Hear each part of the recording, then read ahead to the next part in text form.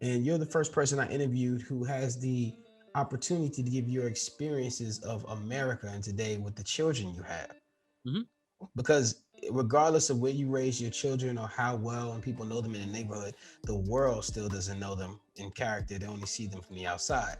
So True. speak to me about how you feel when you see stuff on television that is related to brown and black people Okay.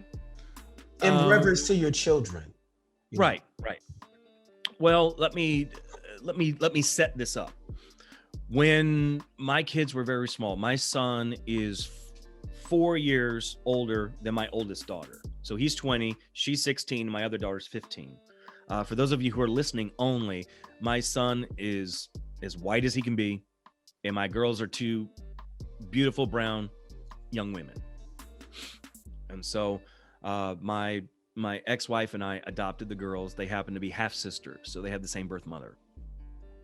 Horrible. And they're actually 10 months apart in age.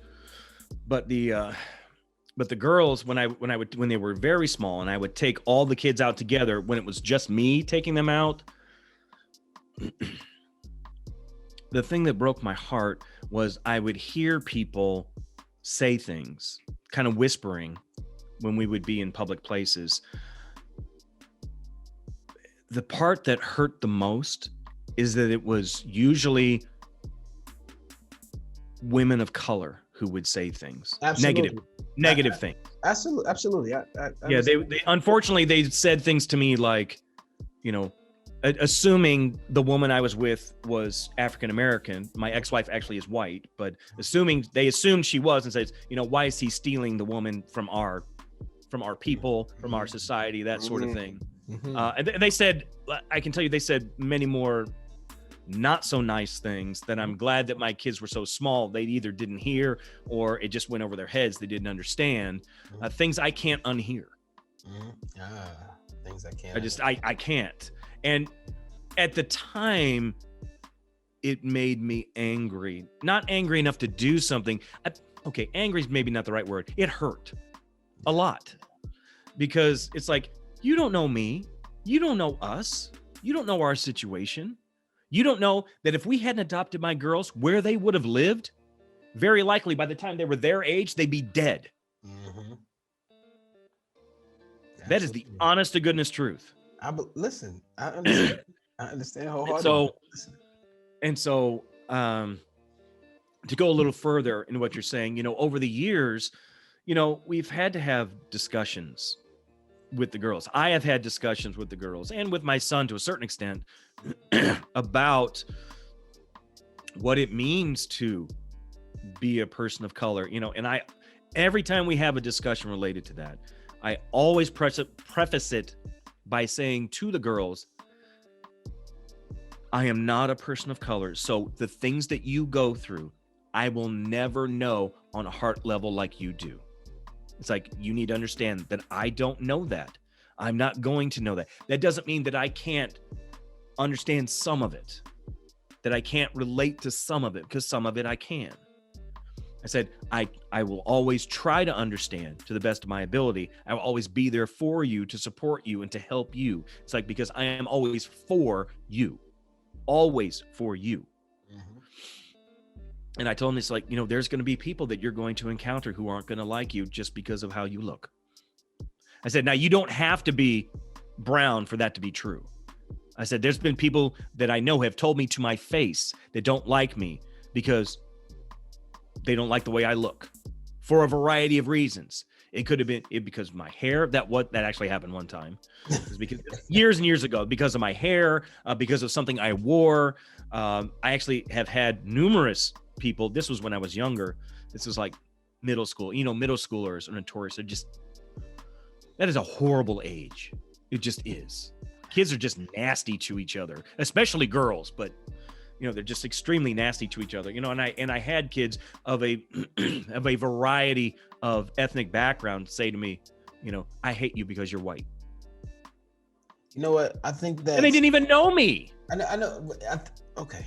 I think that is more about what is taught or what is seen in terms of what only way they can communicate their frustrations with the world. I don't disagree with what you're saying. No, I And get it. I didn't blame them. I wasn't upset with them at the time. Let me finish. I just didn't understand. Yeah, I know, and it's not right. Like we don't understand what the overall branding of some of us looks like from the hardship of others that they do. But what I do understand is that you're a rare man because a rare, let me be real. You're a rare white man who was unafraid to dig it deep to himself and reverence and realize what has really been bothering people of color. That right there is a genuine thing inside of you, because you wouldn't have adopted any kids of color. You would have stayed away from that premise alone. So that alone should be enough to afford you the respect you deserve. Now, outside looking in, and undereducated people in my culture, we all look at colorism incorrectly, but we all have reverence and footnotes in history that support our ignorance at certain times. That's why communication is most important. That's why you and I talking is most important. But sometimes people judge face value, because so many times the answers on the other end have led to devastation, frustration, carnage, and F6s, just straight devastation, like you said, right? So at that time, it's great that you kept your head up and kept walking. But I do have a question for you. Did you ever solicit any information from another Black female to talk to your daughters, since that you couldn't connect with them on that level? Oh yeah, I did more than once, actually. Absolutely. Do you see what I'm saying? Oh, absolutely. You know, there are things like, for instance, and I'll be very, very honest with this. When we first got the girls, okay, for those of you who don't know, who don't have children of a different ethnicity than you, I'm picking one thing: hair. Absolutely. My girls' hair is very different than mine. The needs of their hair is different than mine. Constantly needing moisturizing, that sort of thing. Again, things I learn. And so, you know, what to do for their hair, how to help it grow and be healthy, and that sort of thing. And that those kinds of things, I have always reached out to other people for help. It's like, look, I don't pretend to know everything. It's like, help me do a better job with them. What do I need? Please show me.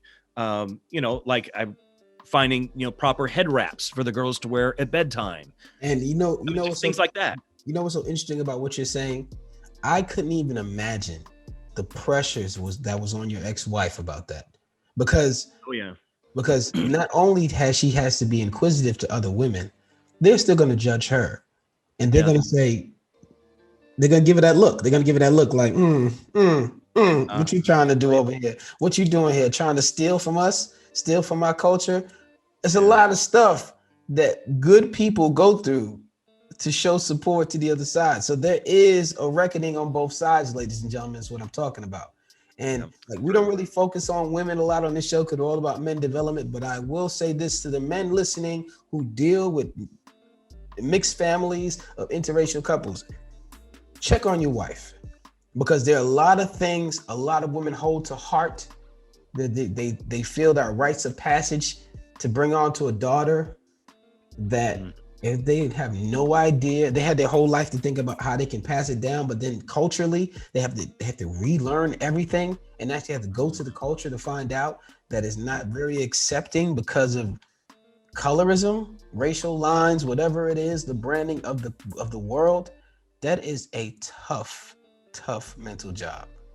So yeah, agreed. It is. God bless you and your family. My ex-wife has always done really, really well with that stuff. I give her total props for that. I mean, seriously, she's been a lot of pressure. It's an amazing amount of pressure. I mean, the first 7 or 8 years of their lives, she was the one that did their hair. There you go. But she had to find out first. Folks, that is a process. Yeah, that's what I'm saying. Gosh, she had to find out. That's pressure. She had to find out how to do it. Probably watch a YouTube video. Probably had to call some people. Had to go near the salon and talk to a random person. Like, all of those things rely on people being receptive on why you're there. and trusting while you're there, and whether they're going to help you or not, whether you built up enough rapport for them to be nice to you on both sides, right? Yeah. But I will say this. She got what I think is one of the best compliments ever.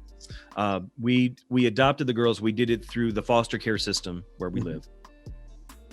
And we went back to the group. We were asked to come in and be guest speakers for a meeting for people who are wanting to become foster parents. And there was another couple that was there that was speaking as well. And it was an African-American couple. And we had, at that time, did we have both the girls? It's not important. We had one or both the girls with us. I can't remember which. And they commented after the meeting was done. That couple commented to my then wife. It's like, you are doing a great job with those girls. And of course, we say thank you, but they went on to explain why. I mean, because we had no idea what they meant. And they say, we can't begin to tell you the number of white people who bring in children of color, even if they're mixed, who don't have any idea what they're doing with their hair, and they look unkempt. They don't look well taken care of. It's like, your girls are very well taken care of. You're doing a great job. I mean, that was huge for her. That was so big. I mean, I said that to her all the time, but it meant a lot more coming from them because they know more about that than I do. Yeah, absolutely. That's a whole nother conversation, how men compliment their wives and they go, thank you, and somebody else. Right. We're not going to get into that. Let's continue on, but I thank you for sharing and being so personable with that information. You helped somebody today